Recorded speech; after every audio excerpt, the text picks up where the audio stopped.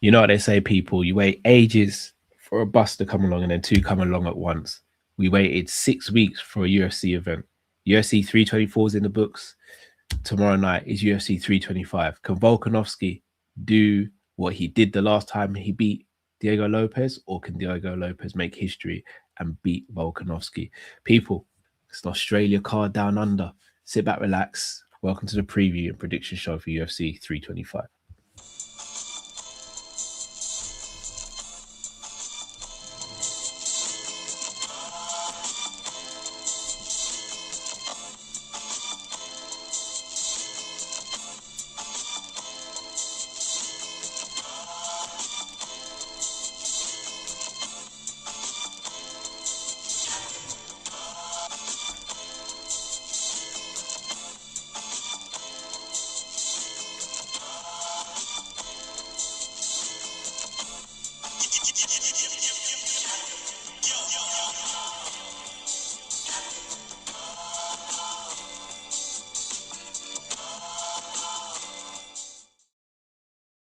Yes, lovely people. Hope you're well and welcome back to the Sanderson Show. Please do smash that like button, subscribe if you're new to the channel. And we have got a banging card. Now, look, UFC 324 wasn't too bad. The main event was obviously amazing. I thought the fight that kicked off the main card was great. But we talk about sandwich here, the two bits of bread were great, but the middle portion of the card wasn't the greatest. With this card, I don't want to jinx anything. I think this card's going to be very, very entertaining. Very entertaining. And we start off with Salah Kid versus Jamie Malarkey. Look, Salah Kid rose to prominence. Rose to prominence last year with two back-to-back finishes. One maybe stopped a little bit premature. The second against Hasparat, a head kick knockout, which was absolutely brutal. One of the most brutal head kick knockouts we've seen. Hasparat was out for a very, very long time. Obviously, thankfully, made a full recovery. He's fine, woke up, and he's back to normal. But a devastating knockout. And he really announced himself. And look, coming back to Australia to fight on this card against a veteran like Jamie Malarkey, I think it's a tough fight for him. In fact, I'm going to cover in his face with a QR code. Do scan the QR code, guys.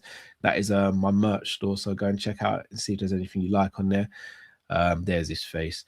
But look, it's a very tough ask for Jamie Malarkey, in my opinion. I think Salik is he's on a roll at the moment. He's on a tear. He's a vicious striker, and he's a fighter that loves to march forward and bear down on his opponents and unleash hellacious strikes. He does dive in quite a lot, and he dives in quite. He has naked takedowns, but by that he doesn't really set them up too well.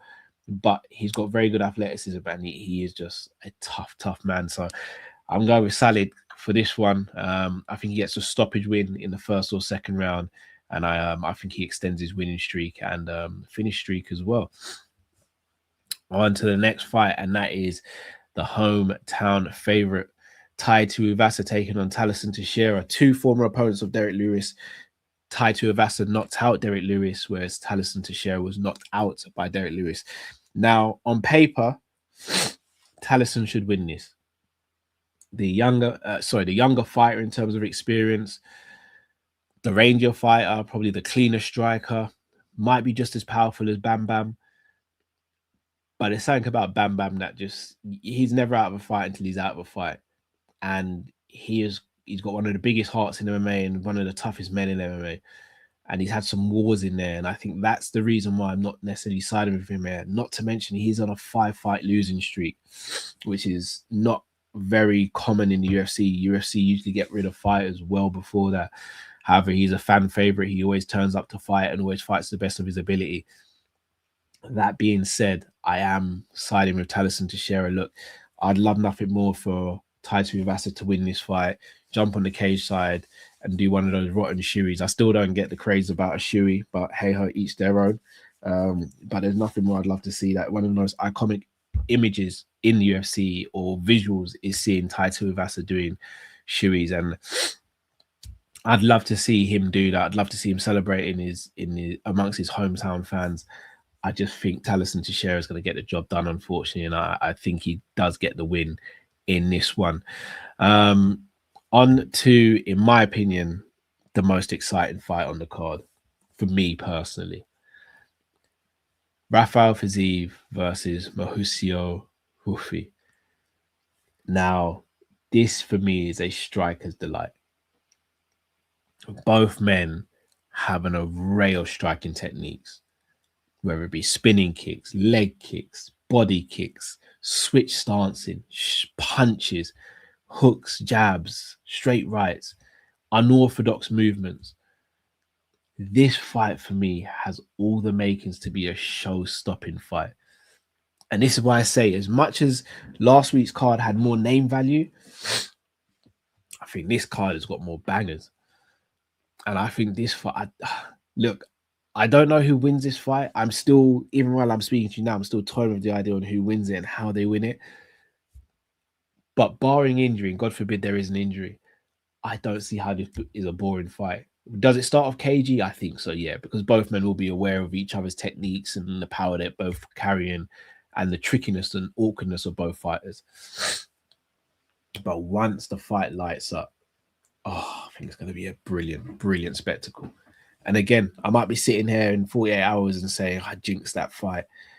I just don't see how this fight doesn't deliver, man. Like, I am so excited for this fight. Now, I know I'm waffling, but I'm waffling because I don't know who to pick. I'm gonna go for Zeev. But I don't know how. I hate doing this, you guys. I'm cheating here. I don't know how he wins. I'm just gonna go Rafael Fiziev. That's what my heart and my head's telling me. But honestly, I don't actually mind who wins out of these two because they're two of my favorite fighters on the roster right now. Shout out to Ottoman Turk. Hope you're well, bro. Big up to everyone in the chat, whether you're speaking or not. It's only Ottoman who is actually speaking. So big up to everyone else in the chat. Please do smash that like button. Right, onto the co-main event of the evening, and could be the Paddy Pimlet eliminator fight as well. Dan Hammang Hooker versus the God of War, Benoit Saint-Denis. Again, another banger of a fight. Two men who, every time they set foot in that octagon, go hell for leather. They leave nothing. There's nothing left in that cage.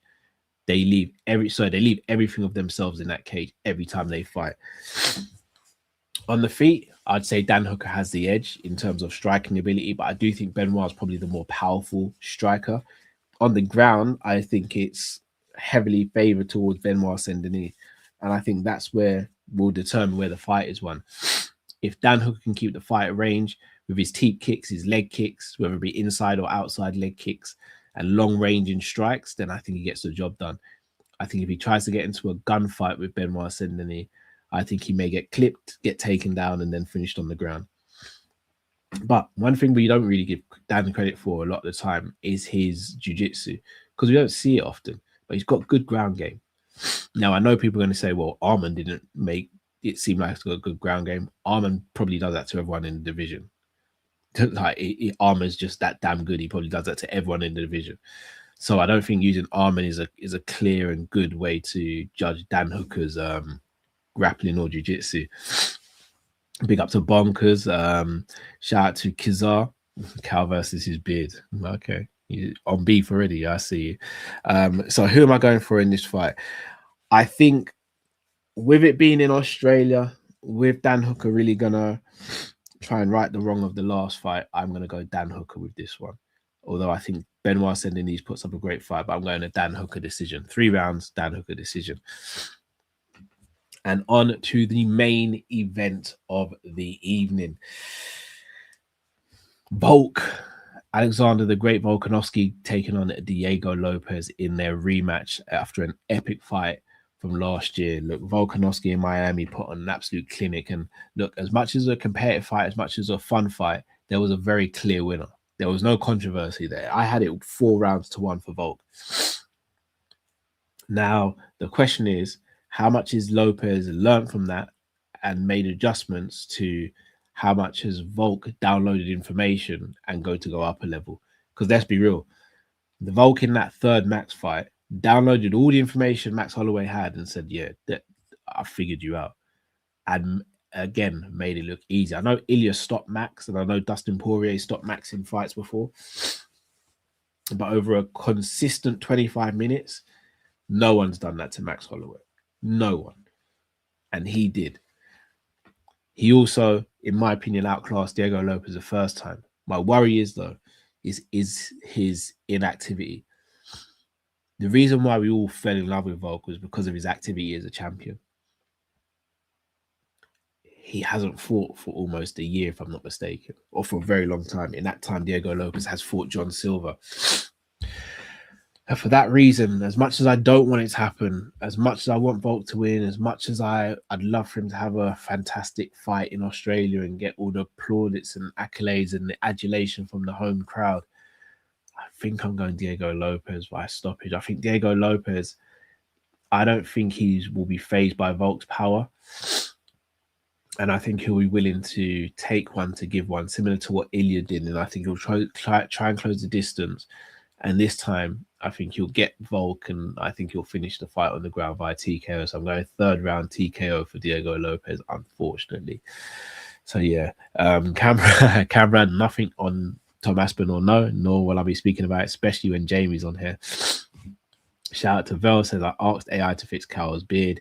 Now you owe me a new phone call. Okay, I see. Shout out to Cringe Gov. Hope you're well, bro. Bell is something else. But look, people, exactly Cringe. The elbows he landed on John Silver were brutal. They were some of the most brutal elbows I've seen, except for maybe John Jones, maybe Jeremy Stevens against Josh Emmett as well. But look, people, it was not going to be a long one here. I'm going to wrap this up. This has been your preview for UFC 325. Please do leave your predictions in the comment section below. We'll be back tomorrow evening for the live watch along with Luke and Jamie as well. So make sure you join us for that. And people, one more sleep until we have a banging card at UFC 325. Enough love for you all. Please do smash that like button. Till I see you all again. Mind how you go, and thanks for watching the Sanderson Show. Take care.